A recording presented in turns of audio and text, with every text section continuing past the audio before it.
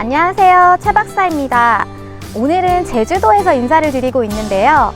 지금 동아시아 행정법 학회가 4년 만에 제주도에서 개최가 되고 있어서 참석하러 제주도에 오게 됐습니다. 동아시아 행정법 학회는 한국, 일본, 중국, 그리고 대만이 함께 참여하는 학회로 2년에 한 번씩 각각의 나라에서 개최가 되는데, 코로나로 인해 4년 만에 이곳 제주도에서 개최가 되었습니다. 제로 코로나 정책으로 중국 측은 참석하지 못했지만 한국, 일본, 대만의 여러 학자들이 모여 팬데믹 시대의 공기업의 역할에 대한 학문적 교류의 장을 펼쳤습니다. 그래서 제주 서귀포시에서 이렇게 인사를 드리고 있는데요. 오늘은 존엄사에 대한 국내 주요 판례 및 법제화 현황에 대해서 말씀드리도록 하겠습니다. 우선 의료 현장에서 선택할 수 있는 죽음의 유형은 4가지로 분류를 할 수가 있는데요. 연명의료 장치의 제거 또는 치료 거부의 방법인 연명의료 중단, 또 의사가 치사량의 약물을 처방하는 등의 조력을 하지만 죽음을 맞이하는 자가 스스로 최후의 사망을 야기하는 의사조력사, 또 의사가 환자에게 죽음을 초래할 물질을 투여하는 등의 인위적 적극적인 방법으로 환자의 생명을 단축시키는 적극적 안락사, 또 통증 완화의 목적으로 약물을 투여하는 완화의료, 이렇게 4가지로 정리될 수 있습니다. 현재 우리나라에서는 연명의료 중단과 완화의료, 이렇게 2가지 경우에만 법적으로 허용이 되고 있습니다. 연명의료 중단과 완화의료가 제도화되기 이전에 2가지 중요한 사건이 있었습니다. 2004년 보라매 병원에서 뇌수술에 따른 뇌부종으로 자가 호흡이 어려운 상태에 있는 환자가 있었는데, 그 환자의 처가 의학적 권고에도 불구하고 경제적 이유로 퇴원을 요구했고, 의사는 인공호흡 장치를 제거하게 되면서 호흡 곤란으로 환자가 사망하게 됩니다. 법원은 환자의 처에게 부작위에 의한 살인죄, 의사들에게는 살인방조죄를 적용을 했습니다. 이 사건은 의학적 권고에 반하는 퇴원으로 가망 없는 퇴원과는 엄밀하게는 구별이 됩니다. 소생의 희망이 없는 상태가 아니라 더 치료를 해볼 여지가 있어서 계속 치료를 받아야 함에도 불구하고 퇴원시켰다는 점에서 안락사에 대한 논의와는 직접적인 정점이 없다고 볼 수 있지만, 이 사건을 계기로 가망 없는 퇴원을 묵인하던 의료계의 간행이 불가피해졌습니다. 의료인들은 유죄 판결을 받게 될지도 모른다는 부담감 때문에 소생 가능성이 없는 환자라 하여도 섣불리 연명치료를 중단하지 못하게 되는 계기가 됩니다. 그 다음은 2009년 김할머니 사건인데요.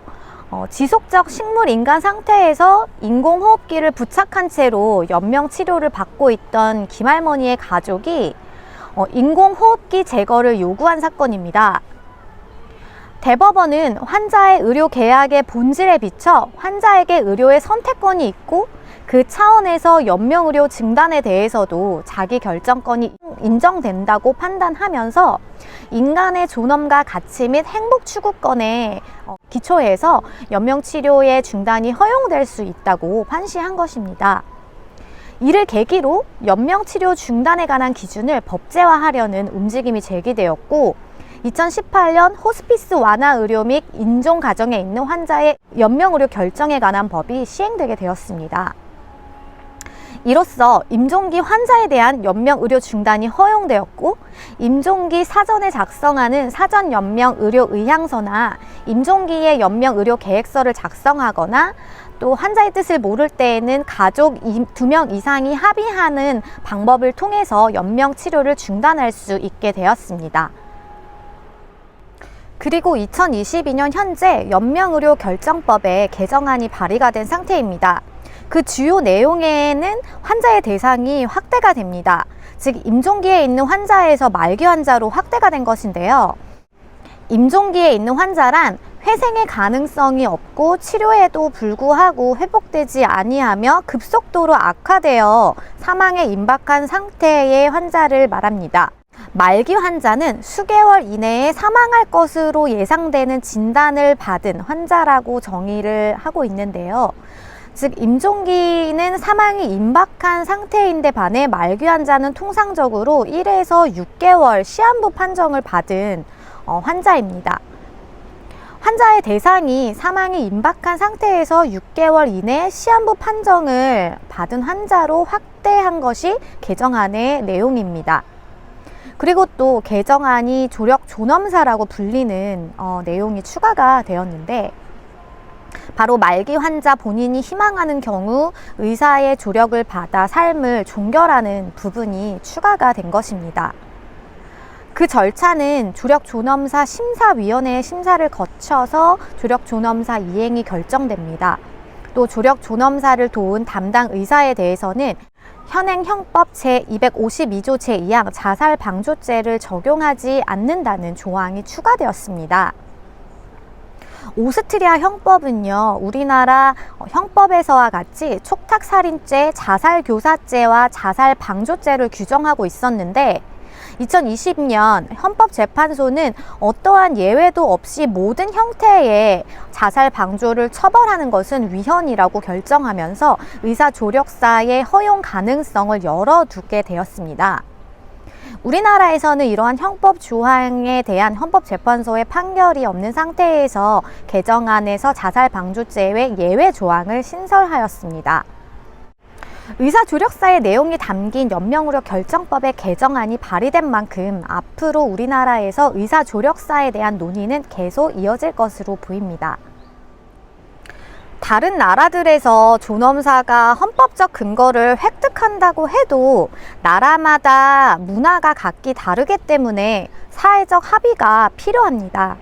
또한 남용의 가능성을 차단하기 위해서 제도적 개선에 대한 노력도 필요하고, 또 완화의료와 의료복지 제도 확대를 통해 의료 사각지대가 없도록 하는 것이 조력 존엄사라는 환자의 옵션을 하나 더 넓힐 수 있는 전제라는 것을 이해해야 합니다.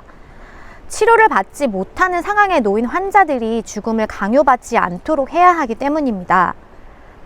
환자의 선택권을 넓힌다는 것은 환자가 선택할 수 있는 옵션이 늘어나는 것이고, 여러 선택지들을 스스로 선택할 수 있는 사회적, 의료적 시스템이 바로 환자의 자기 결정권을 존중하는 것이니까요. 우리나라 자살률은 OECD 국가 중 1위인데요. 일반적 자살 방지를 위한 사회적 시스템 역시 선결과제라고 할 수 있습니다. 일반적인 자살과 말기 환자의 선택권을 넓히는 것에 대한 차이를 이해해야 하는데요. 의사조력사라는 것은 말기 환자에 대한 논의입니다.